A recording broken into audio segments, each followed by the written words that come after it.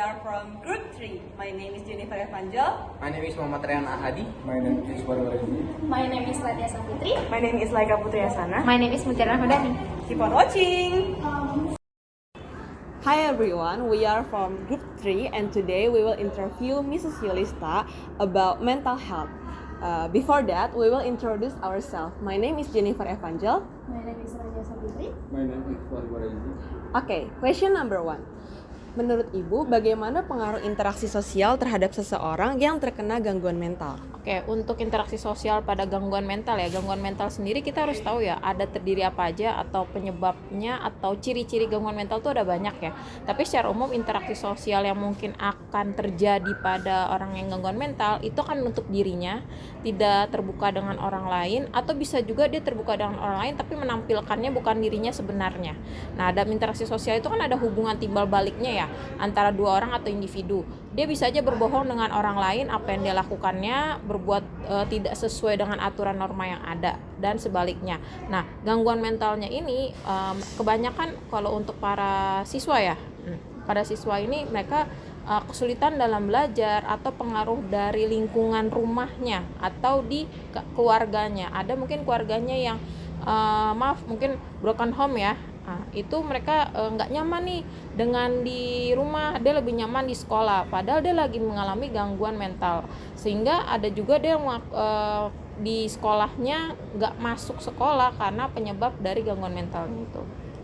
Untuk pertanyaan kedua, menurut Ibu, bagaimana mengelola kecemasan dan ketakutan yang berhubungan dengan kesehatan fisik?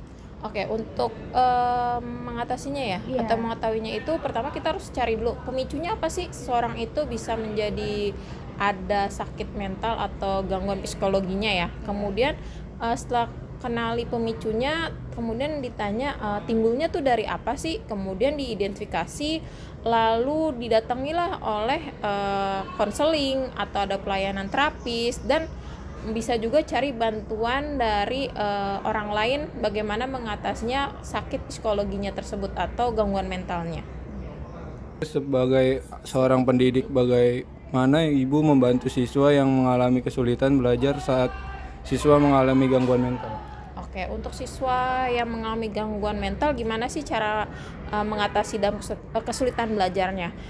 Terutama itu mungkin orang tuanya itu harus tahu dulu anaknya ini ternyata punya sakit psikologinya atau mentalnya. Dia bilang ke sekolah, cerita kepada kepala sekolah atau kepada wali kelasnya. Nanti dari situ guru-guru yang pengajarnya pun akan tahu, oh ternyata memang dia punya sakit mental dan kita harus dalam arti mewajarkannya. Oke, dia punya sakit mentalnya seperti itu, jadi ada keringanan dalam belajarnya, diberikan kemudahan, kamu bisanya bagaimana meminimalisir untuk bisa menjawab soal tersebut, atau untuk hadir ke sekolahnya tuh bagaimana, itu dalam hal kesulitan belajarnya. Jadi di sekolah itu mempermudah untuk yang lagi sedang sakit mental tersebut. Untuk pertanyaan selanjutnya, bagaimana perilaku sehari-hari seperti pola tidur dan makan mempengaruhi kesehatan mental? Oke, untuk pola tidur ya, untuk sekarang ini pola tidur, pola makan itu benar-benar sebagai penyebab psikologi atau gangguan mental. Kita kekurangan tidur aja itu bisa mengganggu psikologi kita, jadi emosional, jadi rasanya tuh pengen kayak sedikit sensitif gitu loh, pengen berantem dengan orang lain, ya nggak boleh tersinggungan jadinya. Nah, pola makan, gaya hidup juga sama. Gaya hidup itu juga ngaruh. Belakangan ini gaya hidupnya anak-anak itu hedon. Itu jadi pemikirannya saya harus bisa seperti teman saya, hidupnya kemana-mana, pergi main dan lain sebagainya. Itu memacu untuk jadi pemikirannya saya harus kayak seperti teman saya. Jadi ada tekanan sosial dalam dirinya. Lanjut lagi itu kalau dalam hal tadi makanan, sekarang ini banyak makanan manis-manis ya. Nah, makanan manis-manis itu bisa jadi orang berlebihan. Dalam arti berlebihan tuh jadi over. Mungkin kalau di anak-anak kecil masih bayi, jadi dia lebih interaktif, aktif. Nah, seperti itu. Untuk pertanyaan terakhir, menurut Ibu bagaimana psikologi dapat membantu permasalahan dalam pendidikan atau sekolah? Misalnya, seorang murid yang kesulitan dalam menerima sebuah materi.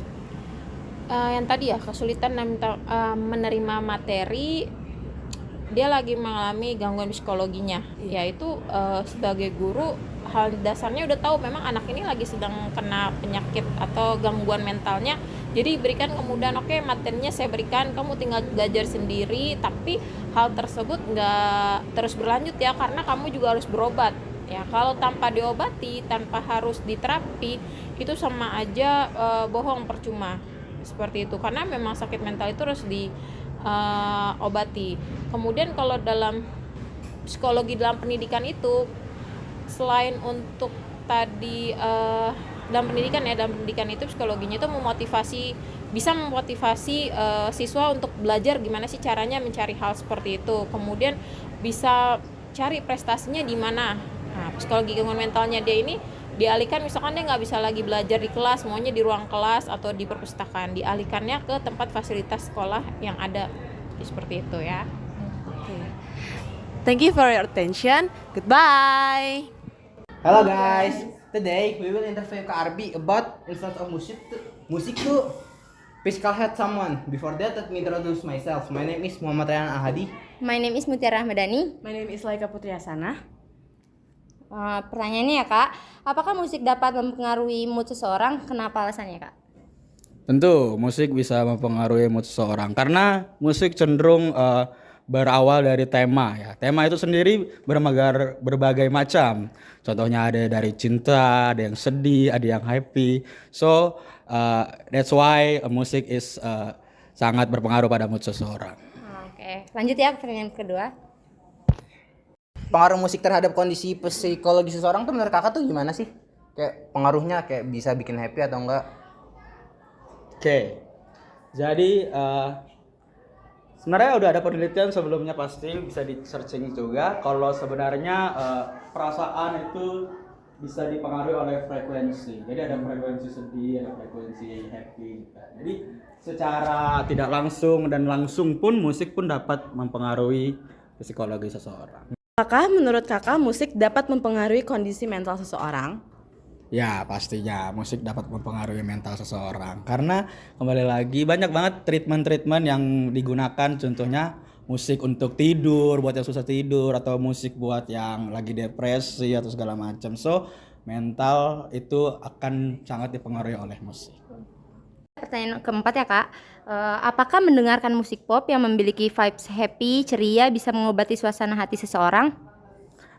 Dari pengalaman pribadi tentunya ada beberapa kasus musik yang happy itu bisa ngebikin kita happy juga. Cuma mungkin kembali lagi kalau mentalnya benar-benar down atau gimana juga lagu kayak apapun nggak ngaruh ya. Tapi tetap ada beberapa kasus yang lebih dominan ketika musiknya happy kita juga ikut happy.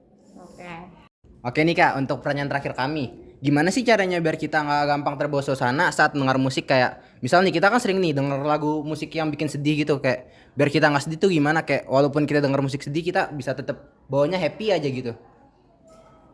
Oke. Kembali lagi ya, kenapa dari awal kita dengar musik? Kalau emang kepengen nggak sedih, jangan denger lagu sedih sih sebenarnya yang paling benar. Bukannya kita berusaha denger lagu sedih tetap happy, enggak gitu. Kalau emang tujuannya mau tetap happy, ada alangkah baiknya ya dengerin lagu happy gitu sih sebenarnya. Karena kalau dibilang mungkin musik itu mempengaruhi jauh di alam bawah sadar dibanding kesadaran kita sendiri gitu. Jadi kalau ingin mencegah ya tentu saja kalau bisa lagi sedih ya kalau mau happy dengar lagu happy gitu. Jangan dipaksa dengar lagu sedih. Atau enggak mungkin saya pernah dengar kalau emang kita lagi sedih, why not kita ngeluapin sedihnya itu aja. Yuk dengan lagu sedih mungkin kita bisa puas-puasin sedih, jadi kita udah lega jadi nggak perlu sedih lagi. Mungkin kayak gitu aja. Sekian nih interview kami dengan Kak Arbi. Mohon maaf, kurang lebihnya mohon maaf. Bye guys.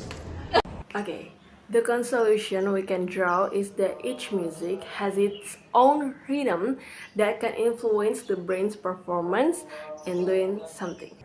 Such as lullabies that can make us fall asleep easier, or sad news song that can change our mood to feel sad.